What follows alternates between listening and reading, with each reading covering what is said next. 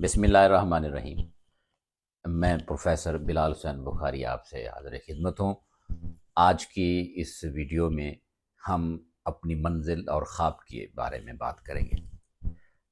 بہرحال ہم کسی چیز کا بھی تعین کرنا چاہیں، اس کے لیے شرط یہ ہے کہ ہماری سوچ اندر سے وہ مثبت تبدیلی لے آئے جس کی ہمیں ضرورت ہے اچھے خواب کو پورا کرنے کے لیے۔ اب یہ چیزیں اکثر مجھ سے بھی کئی میرے شاگرد بھی مجھ سے پوچھتے ہیں کہ سر یہ تبدیلی کیسے لائی جا سکتی ہے، کیونکہ مثبت تبدیلی لانے کے لیے تو کئی چیزیں سن کے بھی بندہ تبدیلی لاتا ہے، لیکن وہ تبدیلی دیر پا نہیں ہوتی۔ اصل بات یہ ہے کہ وہ تبدیلی جو دیر پا ہو اور زندگی کا وہ حصہ بنے، وہ اصل چیز ہے۔ اور اس کے لیے شرط یہ ہے کہ ہم اپنے اندر وہ تبدیلی لانے کے لیے سب سے پہلے ہم اپنی معیار زندگی کو اس معیار پہ لے آئیں کہ ہماری بات جو ہم کر رہے ہیں وہ پوری کی پوری معیار کے مطابق ہو۔ اس کے لیے میں یہ ذاتی طور پہ سمجھتا ہوں کہ ہم اپنے گول سیٹ کریں، اور گول اسی صورت میں سیٹ ہو سکتے ہیں کہ ہمارے سامنے کوئی ایسا ویژن ہو جس کو دیکھ کے ہم آگے چلیں۔ دیکھیں، اگر ہم اسی چیز کو بھی دیکھیں کہ جس ماحول میں ہم رہ رہے ہیں اس ماحول کا بہت بڑا ہاتھ ہے۔ ایک وہ چیز ہے جو ہم جینیٹیکلی لے کے آتے ہیں، یعنی ہم اپنے والدین کی طرف سے لے آتے ہیں، اور ایک وہ ہے جو ہم انوائرمنٹل لے کے آتے ہیں، تبدیلیاں یا کریکٹرسٹکس، وہ اس جو ارد گرد کا ہمارا ماحول ہوتا ہے اس سے ہم لے کے آتے ہیں۔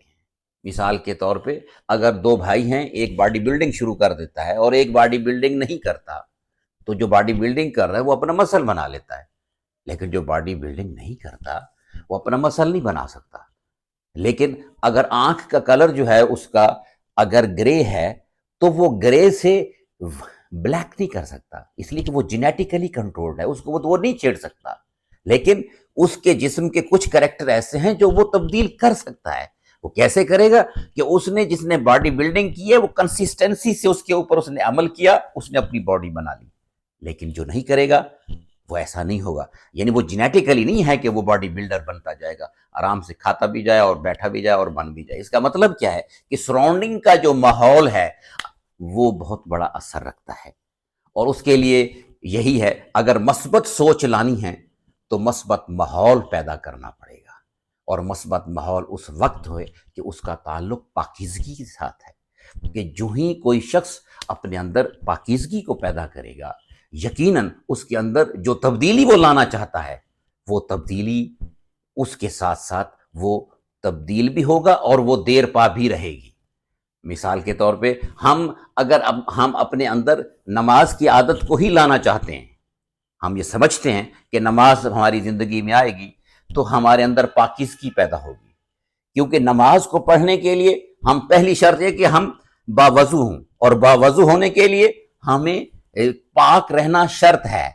تو اس کا مطلب یہ ہے کہ ہم پاکیزگی کی طرف جب جائیں گے تو آہستہ آہستہ جو ہے ہم اپنی سوچ کو بھی برقرار پاکیزہ رکھنے کے قابل ہوتے جائیں گے۔ اس کے لیے ایک ہی چیز ہے کہ ہم اگر اس ایک نماز کو بھی ہم اگر شروع کرتے ہیں تو اس کو مت چھوڑیں۔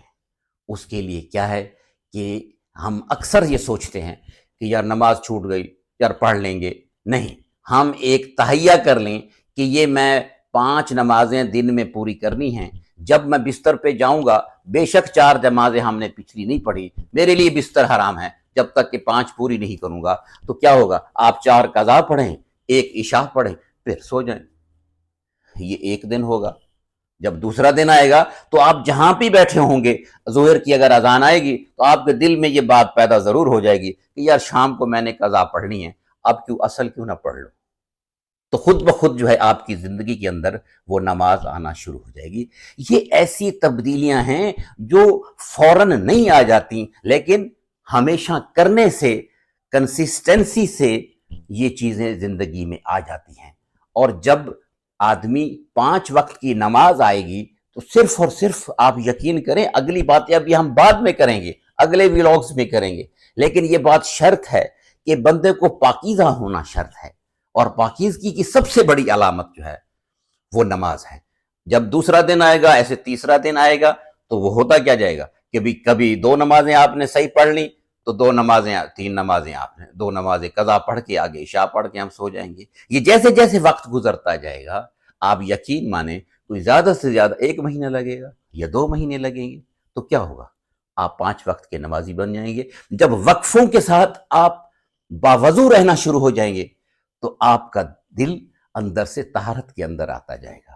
پھر وہ جو سوچیں آپ کے دماغ کے اندر پیدا ہوں گی، وہ آہستہ آہستہ مستقل ہونا شروع ہو جائیں گی۔ اور پھر جو انتشار پھیلایا ہوا ہے مختلف نام نہاد مولویوں نے کہ جناب تم نے چونکہ جماعت کے ساتھ نماز نہیں پڑھی، تو پھر پرانے کپڑے کے ساتھ لپیٹ کے تمہارے منہ پہ مار دی جائے گی۔ بھائی یہ باتیں ابھی سننے کی نہیں ہیں، فضائل سننے کی ہیں کہ یہ پڑھوں گا تو مجھے یہ ملے گا۔ ذرا ان سے ذرا کانوں کو ہٹا لیں، لیکن آپ مستقل یہ کرتے رہیں، یقین مانیں آپ مستقل طور پہ با نمازی بنتے جائیں گے اور اچھی بات کی طرف چلتے جائیں گے۔ میں اپنے سامعین سے یہی گزارش کروں گا کہ یہ ایک ابتدائیہ ہے جہاں سے ہم اپنی ابتدا کر سکتے ہیں اچھی سوچ کو بنانے کے لیے، اور پھر جب سوچ بنے گی تو پھر جو خواب دیکھ رہا ہے وہ خواب پورے ہو سکتے ہیں، اسی صورت میں پورے ہو سکتے ہیں۔